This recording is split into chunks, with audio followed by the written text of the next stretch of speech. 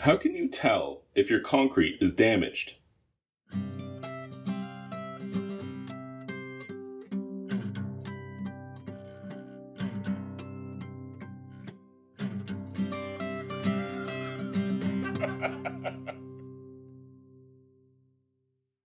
If you have damaged concrete, or you think you have damaged concrete, there's a couple of things that you could look for. And I want to talk about the first thing that you're thinking: cracks. Cracks in concrete don't necessarily mean there's a problem. There's actually a joke about concrete, which is, I can guarantee you two things about your new concrete deck. It's gonna crack, and nobody's gonna steal it.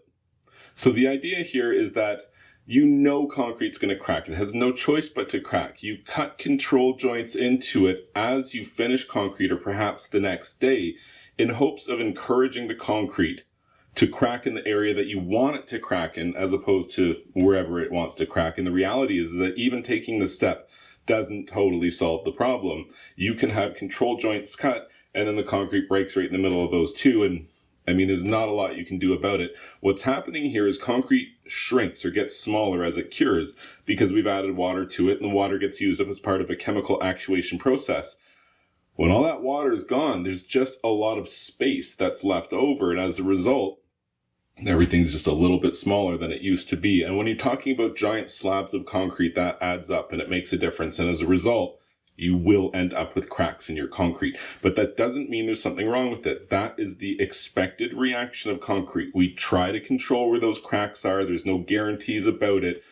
The cracks don't mean there's a problem. In theory, if there's steel embedded within the concrete, which there should be for almost every concrete application, this adds a great degree of tensile strength. And what that does is it prevents migration between that cracks. Like if there's a crack in the concrete, but I mean, you can hardly even see or feel it, does it even really matter? But what you certainly don't want is, a crack where there's a difference in the elevation and you keep catching your toes and tripping every time you walk by. And something like the steel embedded within the concrete is going to help a great deal, because as soon as it cracks, the tensile strength from the steel is engaged, and it prevents it from cracking more, or prevents the crack from migrating. And so when you're talking about concrete that might be compromised, especially if you're talking about new concrete, you're going to be dealing with people who have paid a lot of money and they see cracks and they're unhappy. But the thing is, it's not really a problem. It's an expected result of concrete applications. So let's talk about some other signs which could be that the concrete is failing more so than just a crack itself. And the first thing that comes to mind for me is going to be erosion or pitting of the surface of the concrete / water permeation, or too much water permeation of the surface of the concrete. Concrete should somewhat repel water, even though it is a porous substance. But the more water that concrete is exposed to, the more it's going to lose the cement component and retain the aggregate component, like sand and rocks. And over a long period of time, this erosion process results in a weak, sandy surface where all of the cement component has essentially been washed away. That is the hallmark sign of failing concrete, is that the surface layer is eroding away. It's readily absorbing water, and you can see that top layer kind of crumbling. And that, to me, is something that is an indication of old concrete, or concrete which hasn't been maintained properly. And when I say maintain properly, I mean application of concrete sealers regularly to prevent or limit permeation of water, which would have helped prevent this erosion process from happening, or at least slowed it down to increments of time that are like half centuries long. When you care for concrete and prevent water permeation, most especially, it can last a very, very long time. So what else is a sign of broken and or failing concrete, aside from what I've said already?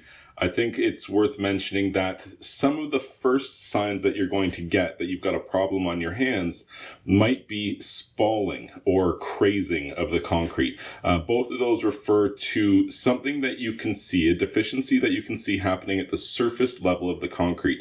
And spalling is basically little pieces breaking off and popping away. And those are very commonly found in freeze and thaw conditions, because that freeze and thaw, the thaw kind of allows the water into the surface layer, and then it freezes and expands and it breaks up all that surface layer stuff, and you get spalling.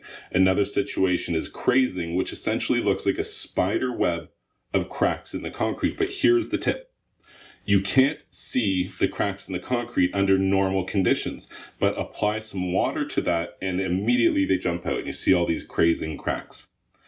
Crazing is not an indication that, oh, this is all failed, but it is an indication that something has kind of gone wrong here. And often it would be probably something related to hydration or over-troweling of the concrete when it was initially set. But ultimately, when I see crazing, I see concrete that is either failing or likely to fail in the future.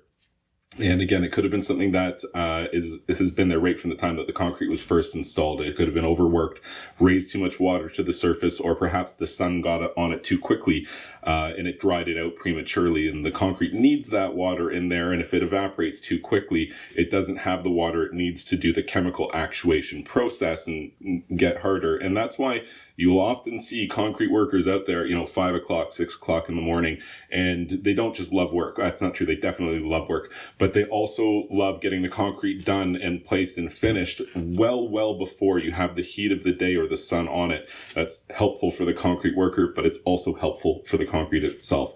So these are the main things that I'm looking for. If you have concerns that your concrete is failing, I want to alleviate those concerns about some minor cracking that is considered to be normal, and I want you to be aware of things like crazing and spalling and how these relate to potential longevity issues with a concrete surface. I hope you found this information helpful.